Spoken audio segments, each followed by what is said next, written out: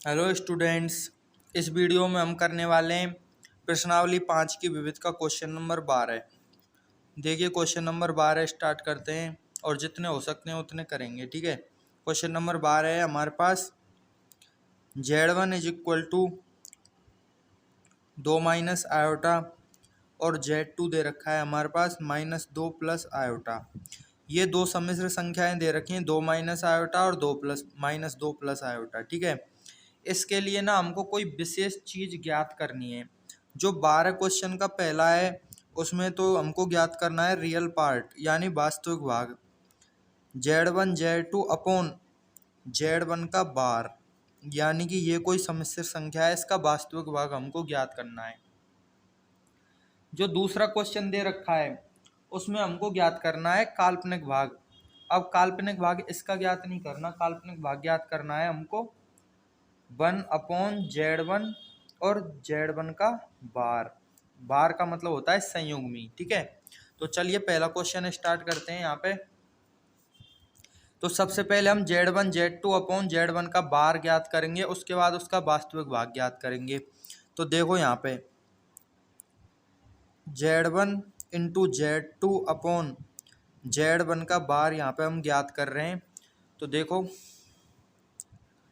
2 minus iota into -2 plus iota upon ये जो पहले वाला Z1 है इसका बार निकालना है हमको। ठीक है, यानी कि 2 माइनस आयोटा का बार निकालना है। ठीक है, अब इधर देखो 2 माइनस आयोटा का गुणा करना है -2 प्लस आयोटा से। तो 2 का गुणा -2 से करेंगे तो -4 आ गया। उसके बाद 2 का गुणा आयोटा से करेंगे तो 2 आयोटा आ गया।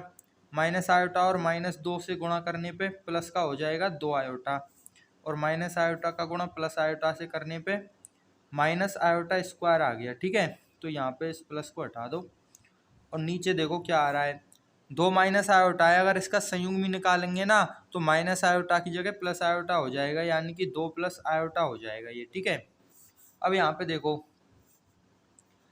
2 आयोटा और 2 आयोटा तो हो गए 4 आयोटा, और ये -4 है, और आयोटा स्क्वायर की वैल्यू होती है -1, लेकिन पहले से ही माइनस लग रहा है, यानी कि माइनस आयोटा स्क्वायर की वैल्यू होती है +1। ठीक है, तो -4 और +1 हो गए हमारे -3 प्लस 4 आयोटा, यानी ऊपर तो आ गया -3 प्लस 4 आयोटा।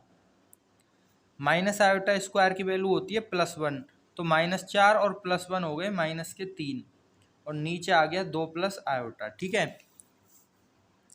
अब वास्तविक भाग और काल्पनिक भाग निकालने के लिए नीचे से हमको आयोटा हटाना पड़ेगा। ठीक है, तो हम क्या करेंगे, देखो -3 plus 4 iota upon 2 plus iota, इसमें ऊपर नीचे 2 माइनस आयोटा का गुणा कर देंगे इस प्रकार से।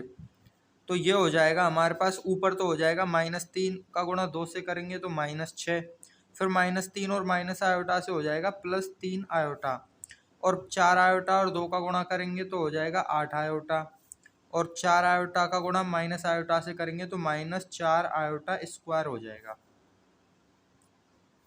नीचे a+b और a-b वाला फॉर्मूला लग गया, यानी कि 2 स्क्वायर माइनस आयोटा स्क्वायर, इस प्रकार से आ गया।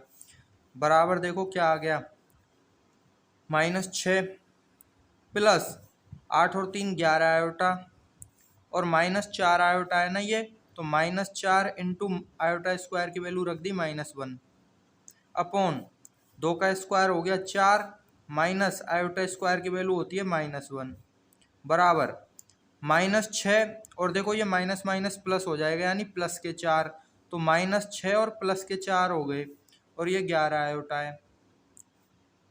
नीचे चल रहा है हमारा 4 माइनस -1, यानी कि 4 प्लस 1 चल रहा है। ठीक है, माइनस माइनस प्लस हो गया। अब ये आ गया हमारे पास -2 प्लस 11 आयोटा अपॉन 5। ठीक है, अब इसका हमको वास्तविक भाग ज्ञात करना है, यानी रियल पार्ट ज्ञात करना है। तो हम यहाँ पे लिख देंगे, देखो पहले इसको सही से लिख लेते हैं और 5 का भाग लगा लेते हैं, तो ये हो जाएगा -2/5 प्लस 11/5 आयोटा। नीचे से जब भी भाग देते हैं तो इसमें भी जाएगा और इसमें भी जाएगा, तो ये आ गई संख्या हमारे पास। अब हमको इसका वास्तविक भाग ज्ञात करना है, तो यहाँ पे हम लिखेंगे इसलिए real part of Z1 Z2 upon Z1 का बार, ठीक है, यानी कॉन्जुगेट ऑफ Z1। तो इसका रियल पार्ट क्या आ जाएगा, इस पूरी संख्या का रियल पार्ट क्या हो जाएगा, जो आयोटा से हटा हुआ है, यानी आयोसा बिना आयोटा वाली जो संख्या है ना वो, ठीक है, यानी कि -2/5। तो हमारा जो आंसर है वो आ गया -2/5, ये आंसर हो गया। यानी कि ये जो संख्या दे रखी थी ना Z1 Z2 अपॉन Z1 का बार, इसकी वैल्यू, इसके जो वास्तविक भाग है उसकी वैल्यू आ गई -2/5। अगर काल्पनिक भाग पूछ लेता इसी संख्या का तो हो जाता 11/5, ठीक है। आयोटा नहीं लिखते काल्पनिक भाग में, सिर्फ संख्या लिखते हैं। अब देखो सेकंड क्वेश्चन 12, इस क्वेश्चन का 12वें का, ठीक है। देखो सेकंड क्वेश्चन हमसे क्या कह रहा है, 1/Z1 और Z1 का बार है, इसका हमको काल्पनिक भाग ज्ञात करना है। इस प्रकार से, ठीक है। तो सबसे पहले हम क्या करेंगे, इस वाली संख्या को निकालेंगे। तो 1/Z1 की वैल्यू क्या है हमारे पास, तो चलो एक बार लिख लेते हैं, Z1 का बार बराबर 1/Z1 की वैल्यू है 2 माइनस आयोटा गुणा 2 माइनस आयोटा का बार, ठीक है। तो बराबर हो जाएगा हमारे पास 1/, थोड़ी देर पहले ही निकाला था हमने, 2 माइनस आयोटा का बार कितना आया था हमारे पास, 2 प्लस आयोटा आया था, ठीक है। तो ये हो जाएगा 2 minus iota into 2 plus iota. अब यहाँ पे देखो ये जो चीज़ है ना 2 माइनस आयोटा और 2 प्लस आयोटा, इसको बार बार गुणा करने की जरूरत नहीं है। ये आएगा, फिर ये आएगा, और फिर ये आएगा, और फिर ये आएगा, यानी 5 आएगी इसकी वैल्यू। 2 स्क्वायर प्लस 1 स्क्वायर यानी कि 5 आ गई, ठीक है। तो इसको डायरेक्ट ही रख दो, 1/5 इसकी जो है वैल्यू आ गई यहाँ पे, ठीक है। ये हो गया। अब 1/5 क्या आ गई वैल्यू, इसकी काल्पनिक वैल्यू आई है, यानी कि इसको हम लिखेंगे 1/Z1 Z2 बराबर 1/5, यानी ये वास्तविक वैल्यू आ गई, ठीक है। इसमें आयोटा तो कहीं पे है ही नहीं, तो हम लिख लेंगे 0 आयोटा, इस प्रकार से, ठीक है। यानी कि ये जो संख्या है इसमें आयोटा कहीं पे भी नहीं है, तो 0 आयोटा हो गया वो, ठीक है। अब इसका हमको इमेजिनरी पार्ट यहाँ पे बताना है। तो इस संख्या का इमेजिनरी पार्ट क्या हो गया, 0 हो गया, ठीक है। तो यहाँ पे हम लिख देंगे इमेजिनरी पार्ट ऑफ 1/Z1 और Z1 का बार इज इक्वल टू 0। ये आंसर हो गया यहाँ पे, ठीक है। अब यहाँ पे देखो एक फॉर्मूला आपको बता देते हैं हम, ठीक है। देखो जैसे कोई संख्या है Z1 और उसका गुणा उसके संयुग्मी से हो रहा है, ठीक है। देखो नीचे देखो, जैसे कोई मान के चलो संख्या है a प्लस आयोटा b और उसका गुणा उसके संयुग्मी से हो रहा है a माइनस आयोटा b से, ठीक है। तो इसका डायरेक्ट आंसर होता है मॉड ऑफ z का स्क्वायर, यानी कि a square plus b square, ठीक है। मॉड का मतलब हो गया अंडर रूट, और स्क्वायर से अंडर रूट हट गया तो a square plus b square आ गया, ठीक है। ये फॉर्मूला आप डायरेक्ट याद कर लेना, z और z का बार, यानी कि बार वाली संख्या और खुद z अगर एक साथ गुणा हो रहे हो तो direct a square plus b square कर सकते हैं हम। यहाँ पे a प्लस बी और a माइनस बी वाला फॉर्मूला लगाने की कोई ज़रूरत नहीं है, डायरेक्ट कर देते हैं हम। यहाँ पे a square plus b square यानी 2 स्क्वायर प्लस 1 स्क्वायर यानी 5 आ जाता डायरेक्ट, ठीक है। तो आगे से यही करेंगे, अब ध्यान रखना, ठीक है। अब क्वेश्चन नंबर 13 देखो,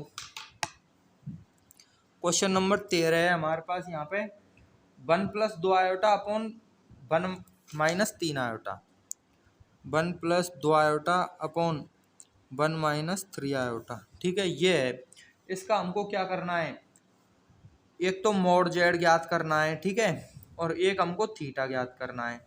मॉड जेड का मतलब होता है मापांक और थीटा का मतलब होता है कोणांक, ठीक है। अगर कोई संख्या जेड इस प्रकार से दे रखी है तो मॉड जेड और थीटा हमको यहाँ पे ज्ञात करना है, ठीक है। तो देखो कैसे ज्ञात करेंगे, वही करेंगे, सबसे पहले नीचे से आयोटा हटाएंगे, ठीक है। तो ये हो जाएगा हमारे पास 1 plus 2 iota upon 1 minus 3 iota गुणा 1 plus 3 iota upon 1 plus 3 iota, यानी कि इस वाले चिन्ह का उल्टा चिन्ह ऊपर नीचे गुणा कर दिया हमने, ठीक है।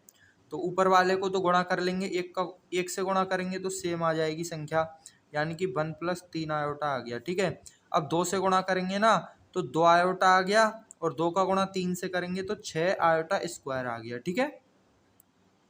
अब यहाँ पे देखो वही चीज हो गई कि नहीं हो गई, देखो माइनस वाला है एक बार और एक बार प्लस वाला है, एक बार माइनस वाला है एक बार प्लस वाला है, तो डायरेक्ट लिख दो ए स्क्वायर प्लस बी स्क्वायर, यानी कि एक स्क्वायर प्लस 3 स्क्वायर, इस प्रकार से डायरेक्ट लिख देना। ठीक है, ये फॉर्मूला है, इसको बार बार एक्सप्लेन करने की जरूरत नहीं है।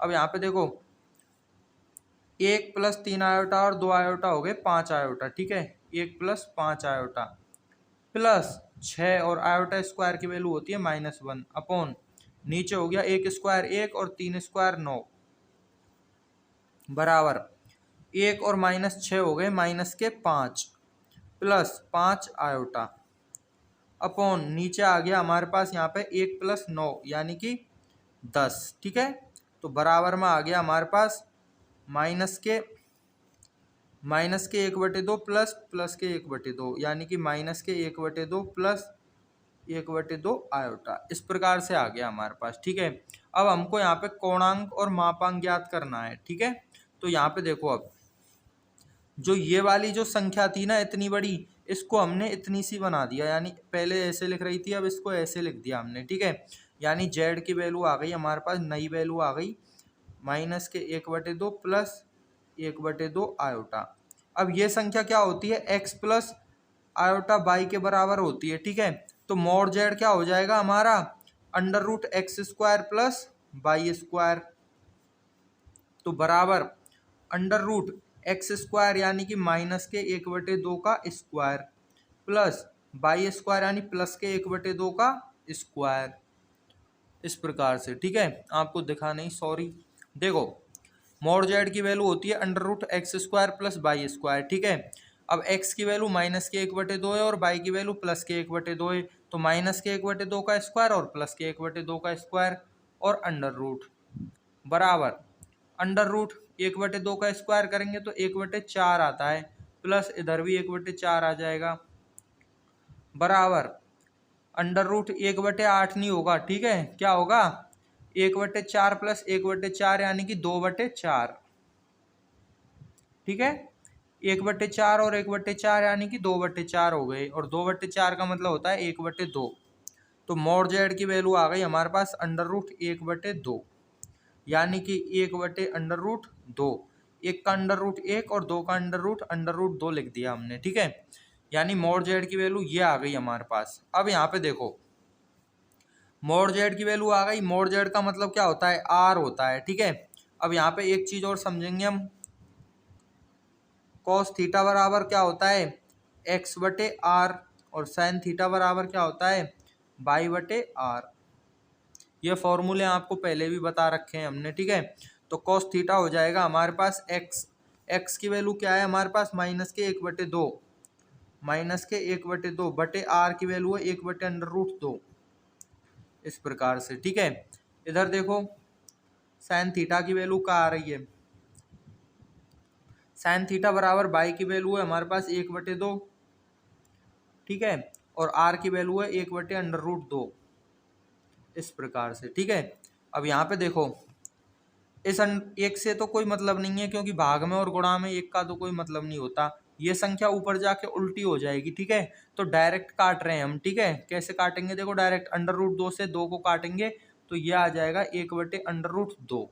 ठीक है, ऐसे इधर √2 से 2 को काटेंगे तो माइनस के 1/√2 आ जाएगा। ठीक है, यानी कि कॉस की वैल्यू तो माइनस आ रही है और साइन की वैल्यू प्लस आ रही है, यानी दूसरा चतुर्थांश हो गया ये। ठीक है, और दूसरा चतुर्थांश हो गया, और थीटा की वैल्यू यहाँ से कितनी आ रही है, साइन और कॉस की वैल्यू 1/√2 कब होती हैं, π/4 पे होती हैं, 45 डिग्री पे होती हैं। ठीक है, तो दूसरे चतुर्थांश में 45 डिग्री को कैसे लिखेंगे हम, देखो ये दूसरा चतुर्थांश है, पहले तो ऐसे चले हम, ये आ गया प्लस के पाई। ठीक है, फिर 45 दूसरे चतुर्थांश में 45 डिग्री यहाँ पे बनेगा, तो पहले तो चले प्लस पाई, फिर उसमें से हमने माइनस कर दिया कितना π/4, 45 डिग्री माइनस करेंगे तो 45 बच जाएगा। ठीक है, यानी कि प्लस के पाई माइनस 45, तो यहाँ लिख देंगे हम थीटा बराबर प्लस के पाई माइनस π/4, इस प्रकार से।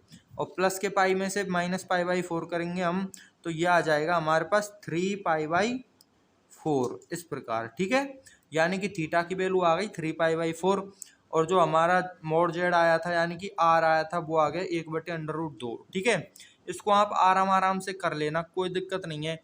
एक बार दोबारा देख लो जल्दी से।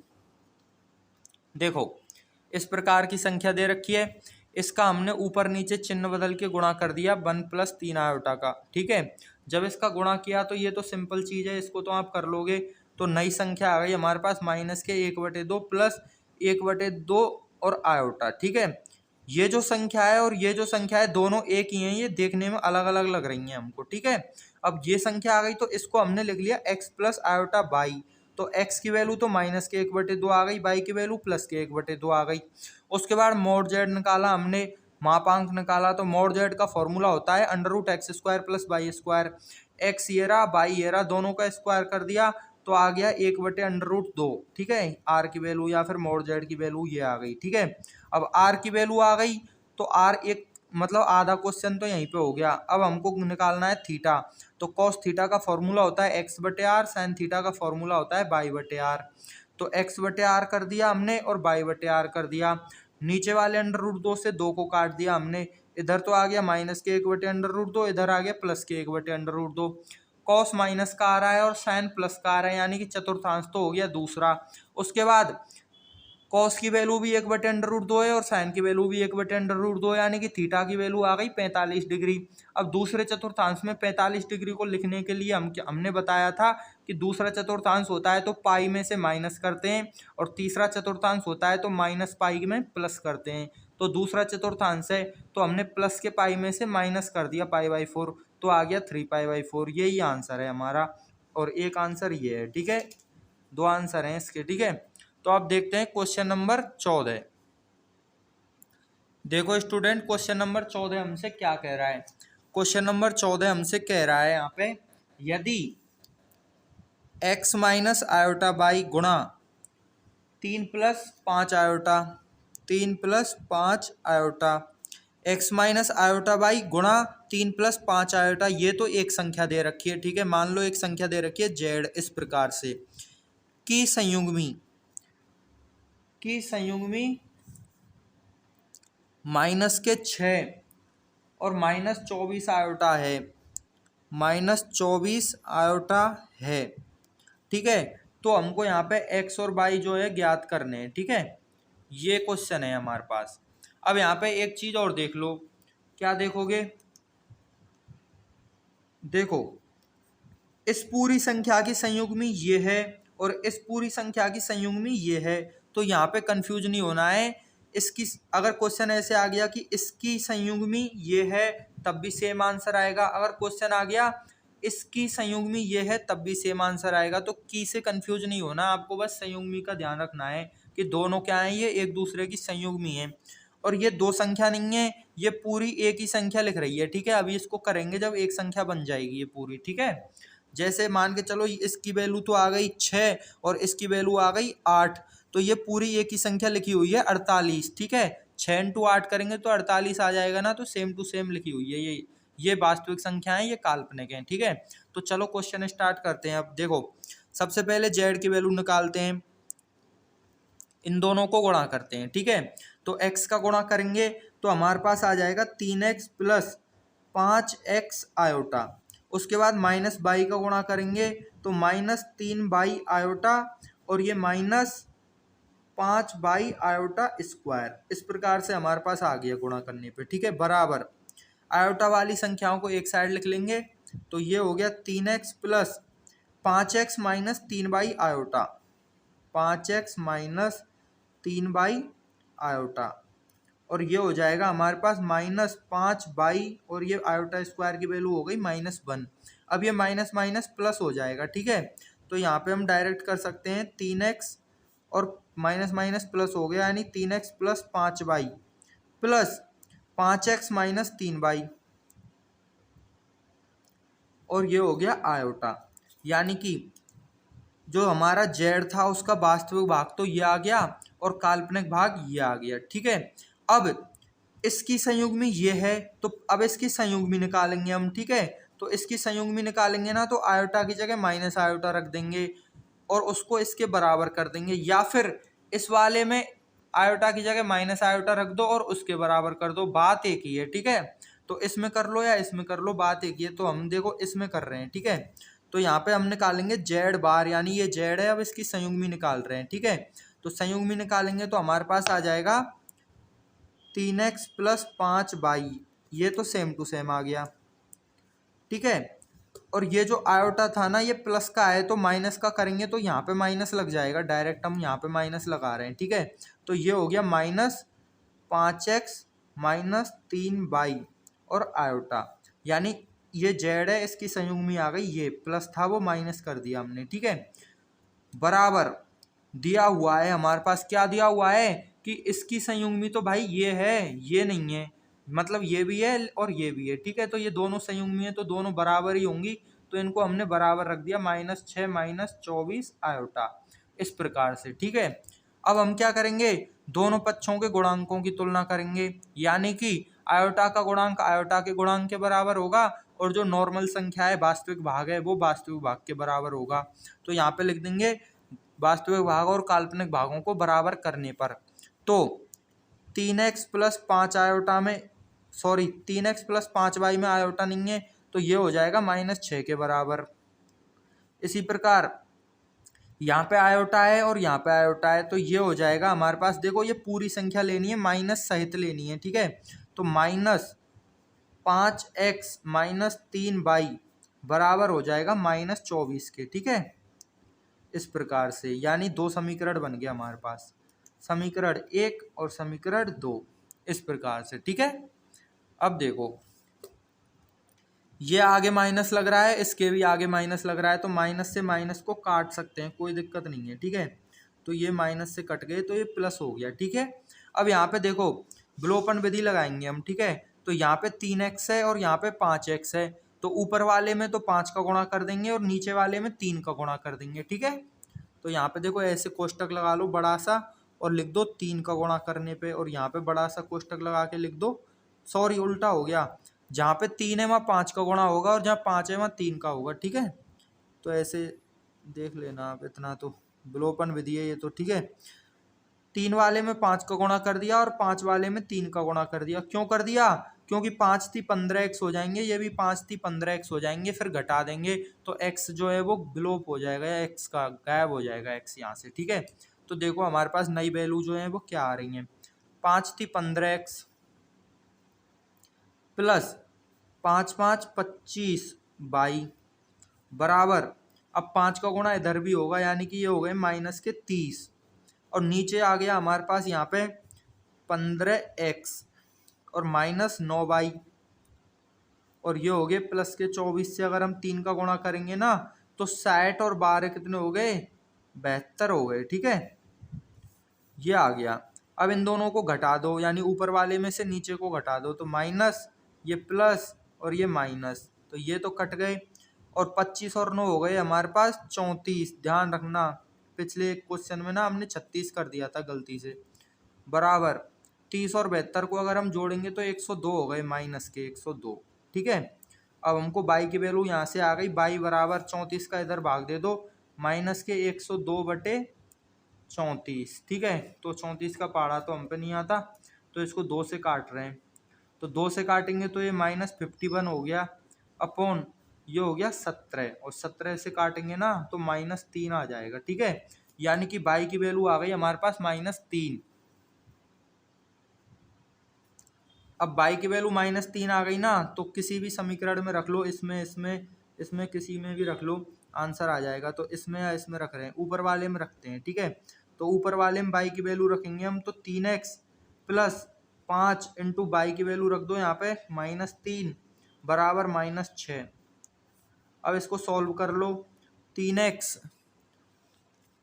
और ये हो गए -15 बराबर -6, तो 3x बराबर आ गया, ये 15 इधर जाएगा ना तो प्लस का हो जाएगा, और 15 में से 6 जाएंगे हमारे, तो -6 प्लस 15 बराबर हो गया 9। अब 3 से 9 को काट दो तो x की वैल्यू आ गई हमारे पास +3, यानी कि y की वैल्यू तो आ गई -3 और x की वैल्यू आ गई +3। अब आपको क्या करना है, कुछ नहीं करना, ये आंसर हो गया। अब आपको यहाँ पे देखो जो नई संख्या थी ना, अगर आप उसमें रखोगे ना, यहाँ पे देखो ये रही। अगर आप इस नई संख्या में रखोगे ना तो हमारे पास एक संख्या आ जाएगी -6 + 24 आयोटा। एक बार रख के देख लो आप चाहो तो, ठीक है। देखो वीडियो बहुत लंबी हो गई, हम नहीं रख रहे हैं, आप लोग रख लेना, ठीक है। और एक चीज और देखो, यहाँ पे इसको ध्रुवीय रूप में बदलो आप, और क्या करोगे, कोणांक और जो मापांक होता है वो ज्ञात करो इसका, ठीक है। तो मिलते हैं नेक्स्ट वीडियो में नेक्स्ट क्वेश्चंस के साथ, ठीक है।